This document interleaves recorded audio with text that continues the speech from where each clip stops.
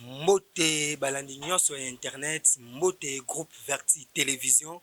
Toye lisusu na émission na bino passage obligé nde bozali déjà komona na groupe là tozala molobeli na bino oyo alobaka malamu mingi. Bino ba diaspora botinda biso toya lisusu toya oluka ndeko Joël oyo azali président ya section ya quartier 3 ya njili ya UDPS. Donc tozosolani mo masolo moko oyo kosala bino bosepa basi botinda biso et tosengi bino bosabone toujours na chaîne na bino groupe Verti télévision po bolandaka bémission oyo ya politique boyoka ndenge baenjeu à l'air ezali. Ndeko Joël mbote mbote mingi papa Landry na sepeli kokutana na lisusu na occasion oyo epesameli biso parce que tozalaka na yo na ba chaîne mosusu za ko travailler on invitaki nga à plusieurs reprises elo toza na yo awa na pesi bandeko nyonso ya diaspora mbote elongo na bato nyonso bazolanda biso na kati ya mboka awa. Merci ndeko Joël. Ndeko Joël, politique ya Congo etambo wana ndeni parce que tomoni kita bino bolobi ete ke bozo la biso démocratie mais parce que eza sujet to beta leute mais to kota na introduction na eloko muki wana tomoni ministre économie akoi mais asa ministre union sacrée beaucoup ici. Monsieur le journaliste, là je suis avec certaines fiertés à kolobakeno démocratie ozotuna bato bazala koye kolango bato mingi bayaki mpona nga baposer nga question mais comment bino bwana kati ya union sacrée pourquoi ici sous ministre na bino ya union sacrée c'est là nazo ko interpréter nazo ko interpeller ba mécène nyonso na kati ya politique ya Congo bayeba ke tant to na kati ya ba plateforme politique ezaka mpona koluka tout d'abord l'intérêt ya population congolaise tant ba moni ke ministre ya économie fonctionnement na ye makambo ezoko avancer te batali babi non il faut to yoka ye soki a convaincre nde tokotika ye na place na ye topesa ye courage asala mosala ntango badepute baeli oyo biso topesa bavoi na biso bayoki ye batali babi non peu importe ya capacité ya union sacrée na loi ya démocratie il faut kotala baintérêt suprême nde éprimé e batali babi non azo mérité te kozala na place wana bazwi bakwe ici c'est-à-dire union sacrée même au départ bando comprendre union sacrée bien te j'espère que je me fais comprendre tant basali union sacrée au départ bando luka ba intérêt égoïsme politique or union sacrée ça toute la communauté congolaise basangani esika moko baloba liloba moko pona oyo eza sacré za nini les grands Congo qui nous préoccupe alors à ce temps-là et Seigneur qui mutu na mutu azo esika à travailler donc ezaka même tant au chef de l'état qui pouvoir Félix Antoine Tshisekedi Tshilombo Fachi Beton na bandila pouvoir aloba qui na lancé appel na ba congolais nyonso ba pesa maboko poto tonga mboka kende liboso tanga ke na projet à 100 jours j'espère que na ebino bozaka nyonso ko poser biso ba question à ce qui concerne bilan chef de l'état parce que bobandango pe mois avant bino ba palangani sango yo ndeko Landry les grands journalistes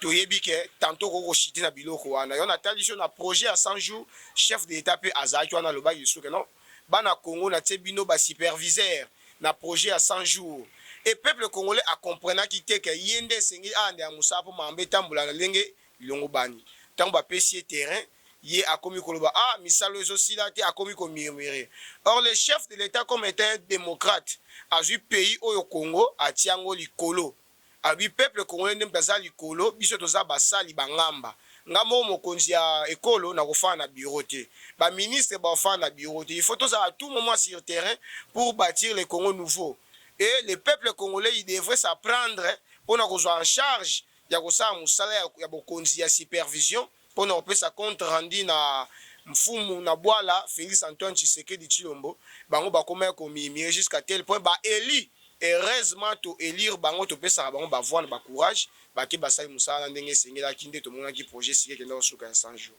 Merci ndeko Joël to kota vraiment na vif sujet na biso parce que le va to zobeta mo masolo moko bana moi sujet mo mibale to partager ensemble na ba ndeko nyoso balandaka Verti Groupe télévision. Ndeko Joël oza membre ya UDPS mais to moni na changu côté ce que zo kamba to bimisa ki pe ba élu ya UDPS ibele mais en tant que yo moko za membre ya UDPS nani vraiment oazo représenter changu na ba ndeko nyoso na ba député nyoso oyo ba uti na UDPS. Merci beaucoup. Question neza question moko très pertinente. On a quoi biso actuellement biso na politique na biso na UDPS. To za kate to sala ka guerre ya ba positionnement ya ba intérêt. Na koloba na mukuse nyonso awa na changu depuis to bandi pouvoir oyo to pe ba eli na biso ba nationaux na ba provinciaux baza na kati ya ba assemblée. na bibonga o etali awa Tchango toza ba député ebele quand même. Donc na national na provincial toza ba député na Njili a pe toza na Eli moko député honorable Jacob. Mais oyo azo sala musala makasi na terrain sur le plan ya parti, sur le plan ya kozana population plus proche. Tout ça pe na ba député nationaux na ko citer même Paul Chilumbu. Mais c'est honorable Francis Chibalabala Mukuna, il est Kofi à Tchango. C'est lui qui voulait toujours être auprès du peuple congolais à niveau ya Tchango. Il a azoko bâtir travail moko. C'est quelqu'un qu'on appelle que ba maman ya Tchango ba bengaka Francis Tina Balabala, ba bengaka Chibalabala te. Et communément aujourd'hui ba bazo benga le roi de Tchango. Parce que à chaque moment, il est toujours avec la population de la Tchango. Donc, honorable Francis Chibalabala a été comme ça en manifestation. Moi, je crois bien, il y a échange de vœux. A invité qui va sectionnaire, va cellulaire, Ligue de femmes, Ligue de jeunes, il y a IDPS. Je crois que Bad Balanda Tchango et pas ça qui n'a média. Mais pour nous, loba mingi sur impact, il y a wa élu na biso ya IDPS topé élu o azoko bater mingi nde baloba na portugais na Tchango. Honorable Francis Chibalabala azana ba salutation belé. Moi-même comme le président cellulaire de l'Union pour la démocratie et le progrès social IDPS en sigle, nazoko senga même na mokonzi ya mboka Félix Antoine Tshisekedi Tshilombo, CG Augustin Kabouya, ba nationaux, ba secrétaire général adjoint ainsi que cabinet chef de l'État. Faut que la mingi côté honorable Francis Chibalabala aza honorable azo incarné ba valeur le 30 mars oyo toto leka asalia qui clôture ya mois de la femme et le bongo ezala nanu te solana na rotuna yo mono zo kumisa moi ozo kumisa honorable Francis Chibalabala mais ce total na Tchango awa to mona kimbanze kinjili za société yaza vice président de l'assemblée provinciale nzela kimbanze kezati mais yozo kumisa benge likofi ya Tchango on ezaki jalelo to kaka parce que oza aza mutu na bino. Donc so tuni bongo na opesa ope bilan ya travail ya honorable. Pesa biso bilan ya travail to na posa nango. Oyebi na vacances parlementaires e ute koleka. Oui. Ngai na zaki na ye banda bandeli ya vacances ya 3 mois basaki ti na suka to zaki chaque jour na terrain. Donc so okena ba route mo kali to enda ota ba caniveau mo zaki ya robeba ezaki rétabli. Tokendaki na ba maluku, tokendaki na ba siforko, tokendaki badara. Donc ba côté nyonso ezaki na ba travail sengaki ba travailler sur yango, il y a des images. Na on peut ça même belément pour comprendre que non, c'est quelqu'un qui est likofi ya Tchango azali mutoyo aosala te po ala kisabatu ke yenda leki mais kozana amour ya peuple congolais précisément peuple ya Kinshasa en particulier na Tchango aza toujours ko travailler. Pona kimbanse ndengo cité ndeko journaliste yo ozali ndeko opanganisaka sango na Verti télévision bato be bakolanda yo. J'espère que honorable Francis Chibalabala kolanda yo nde bokosala na émission yo moko na ye oyo kaye makanisi nini azana ngo pona kimbantseke. Je ne suis pas le porte-parole de l'honorable Francis Chibalabala Mukuna, il est vice-président de l'Assemblée provinciale, mais je suis toujours là pour défendre les valeurs. Biso na IDPS tu incarnes beaucoup plus ba valeur. Même aux députés à IDPS ceux qui ont incarné ba valeur yeba yango biso nyos to koma lokola bato tozo pousser yo pour kende lisusu makasi liboso nga azana za président ya cellule ya parti politique IDPS mais nazo ko légitimiser nde fonctionnement oyo honorable azana ngo ndeti ministère ndeti ya justice ministère ndeti ya défense ministère ndeti ya économie ministère ndeti ya budget eza ministère moko soki bazui yango finance ba pesi yango exemple na honorable Francis Chibalabala. Je ne dis pas que bato ba travailler na secteur ba travailler mabe pour ne pas citer tous les ministères. Mais ce qui est honorable Chibalabala a un ministère des exemples, le roi et transport. Vous savez pas problème toi à Kinshasa. Lui il est kino comme tous les autres au bazar. Mais nous dans une expertise na ya ça tant à par rapport à courage et à fonctionnement. Parce que quand un chef d'État Félix Antoine Tshisekedi Tshilombo, tant a zone ici pays na valeur nango. A eu tant ko solo là a teka pays ko revendre pays na communauté internationale tant que nationale. Pour na nini ko luka pays ezo esika nango, cela dépendait que na ba courage au chef de l'État zanango. Lui-même il travaille comme un robot. C'est par là aussi au monde même à niveau de l'Assemblée provinciale, les vice-présidents de l'Assemblée lui aussi il travaille de la sorte. Pas mal de temps à au monde est toujours ça ba descente même na Kimbansi au sommet du soko ta route wana akokita wana ça déjà na programme pour ne pas dévoiler les autres choses parce que pour ça l'émission yomoko na honorable Francis Chibalabala. Merci Ndego Joël. Mais tout le monde qui mikolo to lega awa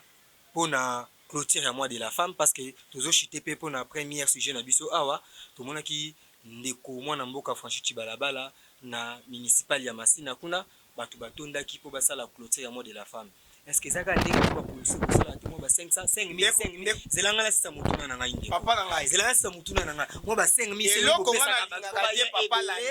bato bayebele solo wana yo sobete bakanyaka bino bobengisi bato bopesi ba 5000 bomoki totondusi bato awa na stade oyo ezaki ba 5000 to bato baye vraiment na propre gré na bango baye koyoka message ya honorable Francis Chibalabala. Messieurs les journalistes Landry et loko ngana yebisa kwa chaque fois yo secrétaire général ya Union pour la démocratie et le progrès social Kabuya alandaka bémission na yo peut-être ozo angonde na théâtre to na slogan ozo panza sango moko batu ya camp politique ya bangambu oyo bazokoka koyeba même pas esika ba obandela politique na bango parce que na l'ère actuelle na chango awa ezaka honorable Francis Chibalabala mtozo sa makambo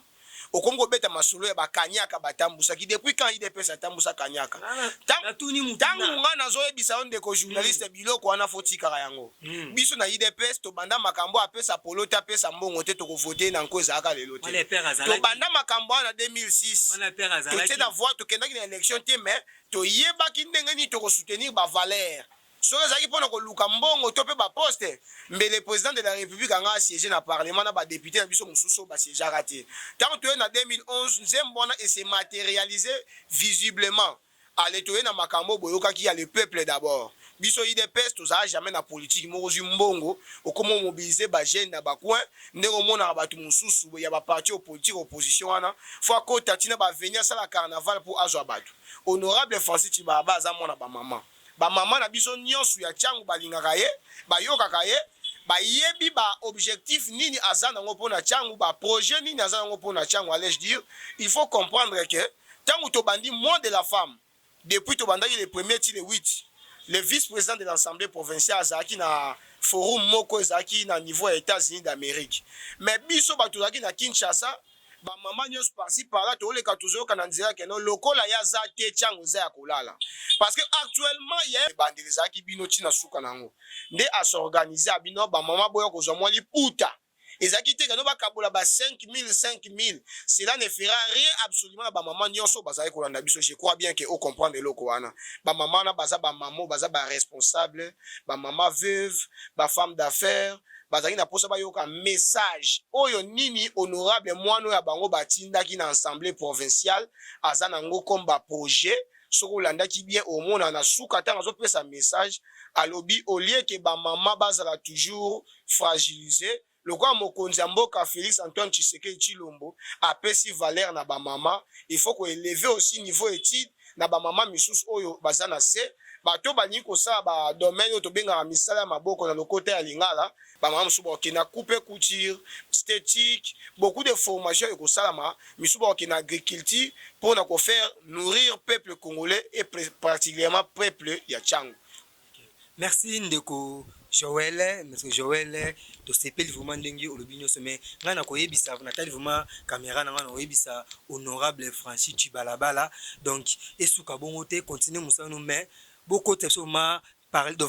autre vraiment de beaucoup tana no pas mwana mboka Argentine botala epe malamu bobengisi pe botala parce que surtout kei awa na Kasai vraiment zéro trou passi pemeni ya université William Butu wana donc pasi nzele za ko beba to yeka na witi awa na witi esika biso moko to vandi wana nzela babandaki ti lelo gudo batika utsate donc bobenga tande ko Argentine botune nanu musala kene parce que osala musala kitoko bobenga pende ko Argentine to ke vraiment na deuxième sujet na biso o eza vraiment très pertinent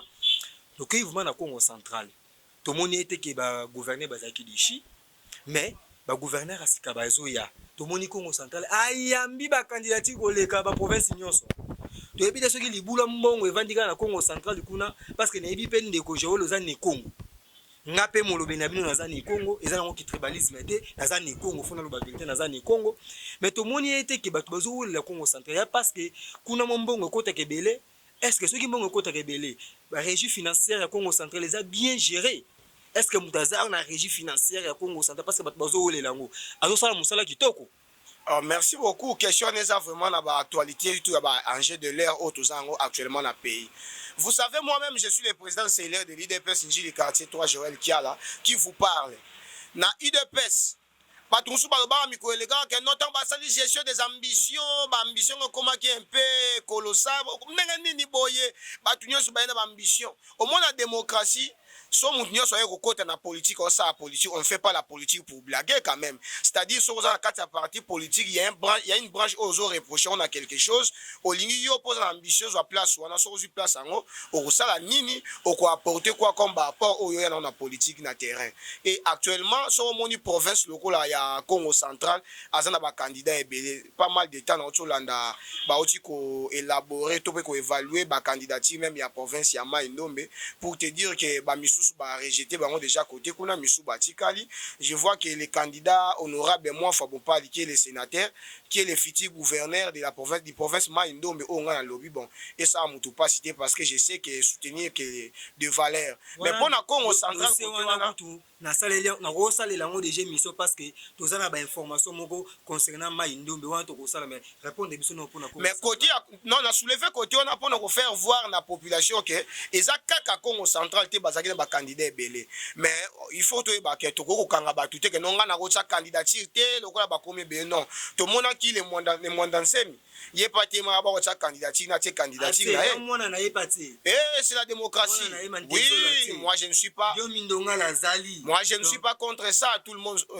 bazana droit ko sa candidature na libula mbongo non ndenge nini na fini mutu te nga na zo Congo central za libula mbongo moi je ne sais pas na branche wana parce que moi je sais que na domaine ya démocratie lelo na parti na Congo tout ça ba parti politique belé makasi alors chaque parti politique mutu ça a droit ya ko tika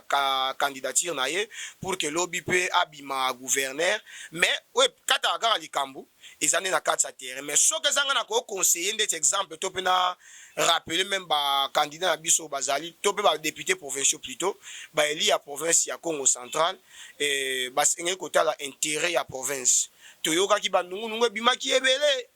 yango esali ke province na biso ya Congo central eza parmi ba province oyo ko passer na voie ya élection avant IDPS accéder na pouvoir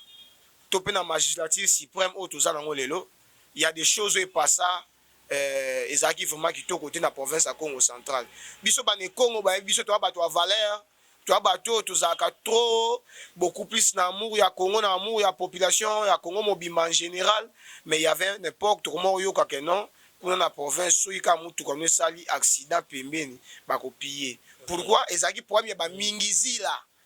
ba mingizila ba kota ki ebele ba memi suir na province mais actuellement na esprit ya ba mfumuki mbangu oyo eza tango nyonso komona ke makambo ezokende mabe sikoyo ekomi tango tovandisa province mikolo nazobela mingi kintwadi ya bambuta donc eza biloko na oloba mingi mikolo oyo po biso toutiliza mingi mika miambwa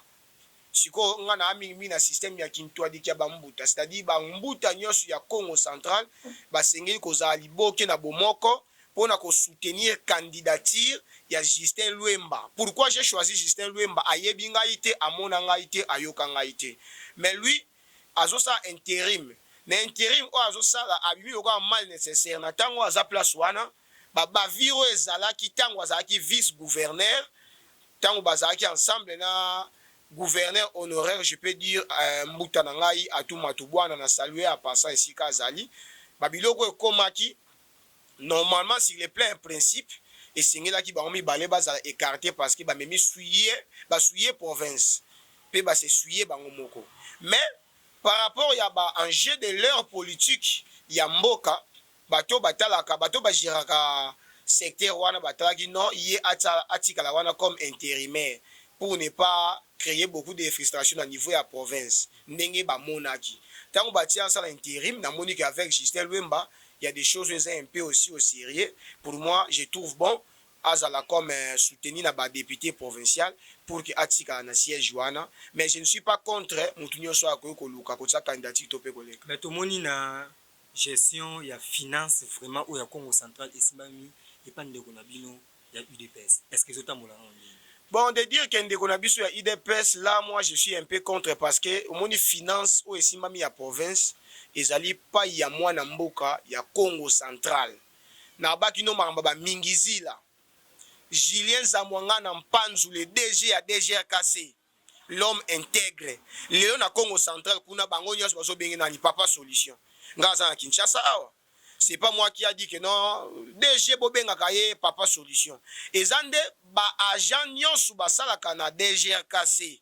na régie financière ya Congo central. Tango mwana mboka Julien Zamwanga na Mpanzu aye na secteur wana. Vi azan expertise, azan crédible, azan na contrôle ya ba données. Atali habité actuellement pour fonctionner bien, il faut dans la réunion élaborer comment le secteur fonctionne. Vu que azali muto a yebi ko solo la asolina secteur par secteur à 8 ans.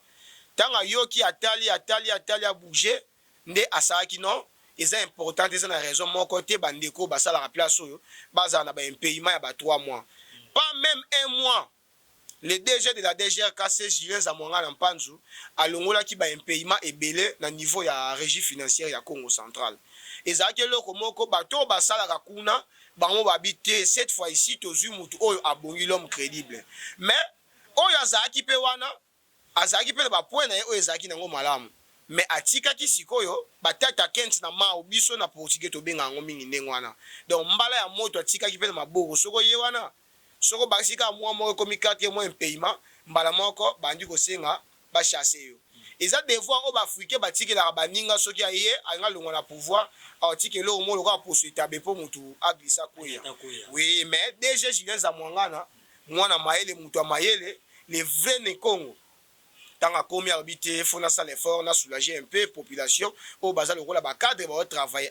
parce que pays est circulé ka mbongo ba fonctionnaire à l'état faut ba salaire ba bien rémunéré pour que ba secteur fonctionner. 1 mois c'est trop. A fouta 2 mois un pays matanga 6 à 3e mois à 6 ba dette nyos que ndo tuna ba ndeko ba saka na DGRKC ba oyebisa yo aza papa solution. Mikolo koleka atali abi secteur o il faut ko fandisa na lolenge lilongo bani. Aye ko ranger ba situation nyonso nde toza bo na moment o to lo baboye DG à DGRKC a outi kozala contact les 31 les 30 plutôt na conseiller spécial ya chef de l'état o ya simbi matière ya numérique pour na ko numériser régie financière dans les soucis ya nini ya ko relever oui ba défi o ezaki côté kuna. C'est un homme qui travaille na esprit à sphinx soko landeli bien actuellement le DG n'est pas na kati ya cabinet na il travaille toujours, il est toujours sur terrain.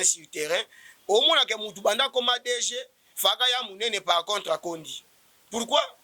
Azana souci à province ya Congo central, financement, recette faux ezala ya komata. Peuple ya Congo central, bazo bengaye, mokonzi ya augmentation ya recette. Wana peuple. Mais na kati entreprise, ya DGRKC, ba bengaye papa solution. C'est-à-dire qu'il y a vraiment aimé Makas na Congo central. Mais là, je te dis, nazo senga na salué DG à DGRKC Julien Zamwanga na Mpanzu et koza kutu malamu mingi grand journaliste na biso o tozana ye azotsa tembi na biloko yo ye pe azwa mo occasion parce que nazo ko informer DG à DGRKC Julien Zamwanga na azala na ba fondation na ye Julien Zamwanga na o porta comme na ye depuis plusieurs années.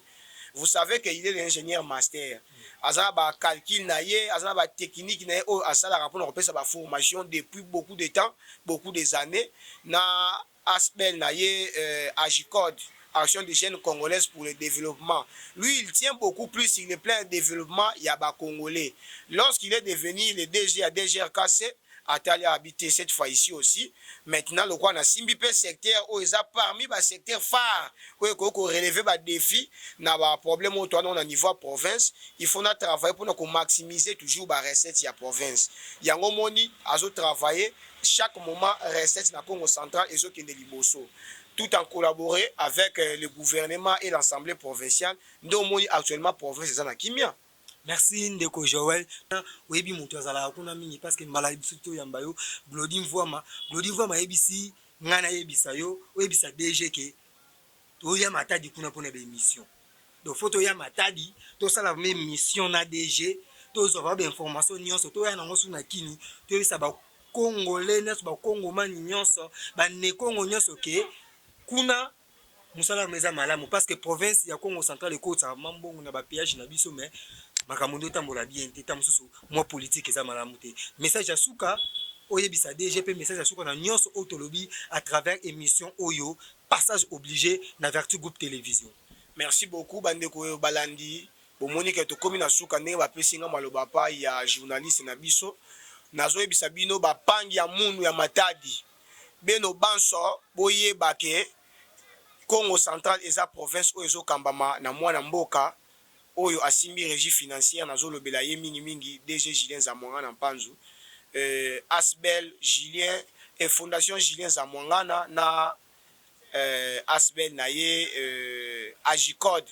eza na milulu moko ya monene oyo ebongisi eza le 16 mpona koloba na DG ya DGRKC ingénieur master Julien Zamwangana Glodi mvama ye wana za sima ya kamera ndenge bauti kotalisa eza mba liboso te tokabulanga na bango lisolo o etali Congo Central to pe mboka na biso to pe parti IDPS kasi ekoleka malamu mingi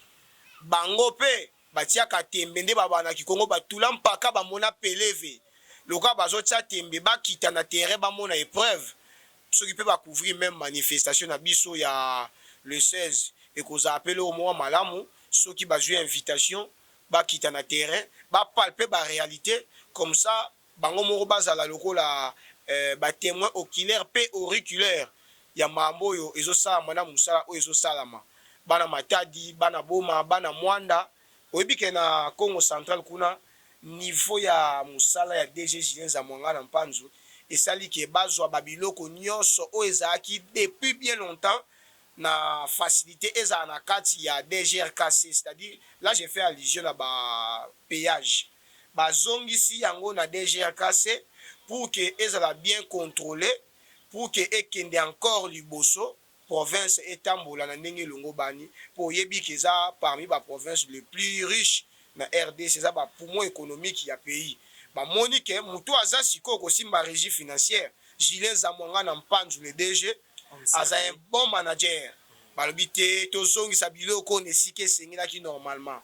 et actuellement les choses ezokende très kitoko tokokende matadi je suis assuré je sais comment traiter avec le manager de la DGRKC Julien Zamwanga na Mpanzu na koassurer bino ndenge wana. Merci Ndeko Joël, moi dédicace parce que ça là toujours bien après émission, moi dédicace après na clôturer émission na ngai.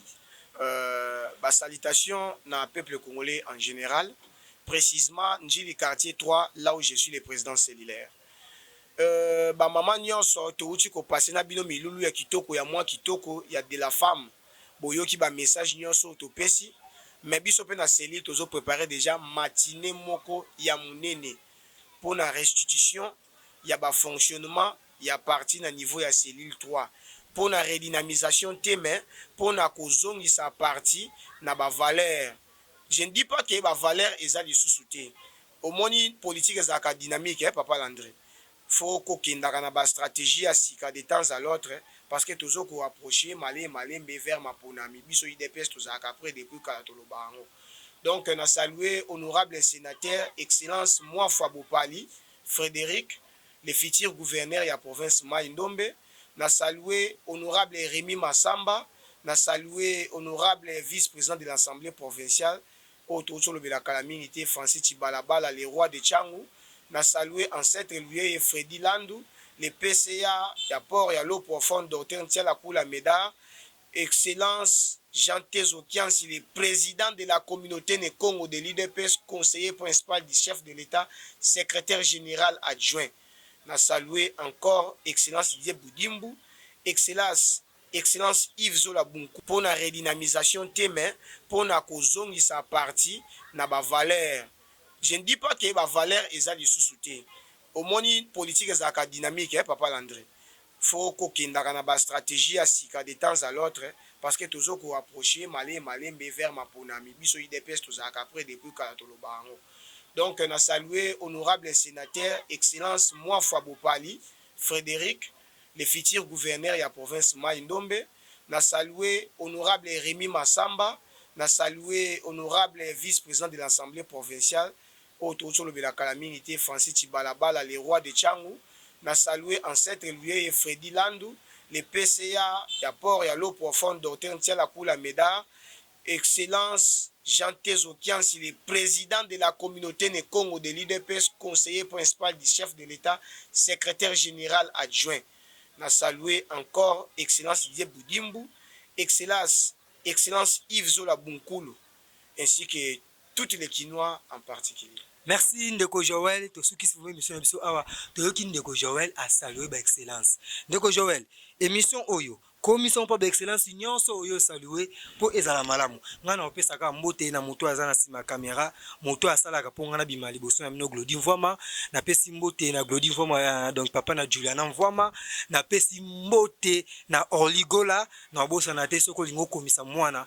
Na école où eza sérieux na njili na changu école privée sérieux kene na lalu soki na lalu mwana otanga kitoko ndenge mona na tanga na lalu bana bande kunoso batanga lalu ke ina nzumba la fille ya papa Mimi Michabu donc mon pasteur Landry Makanda na pesi bino ba mbote belele boss Jacques Sobanoka yo na bossa na kaote peren tola donc tokutani mikolo ezali koya mais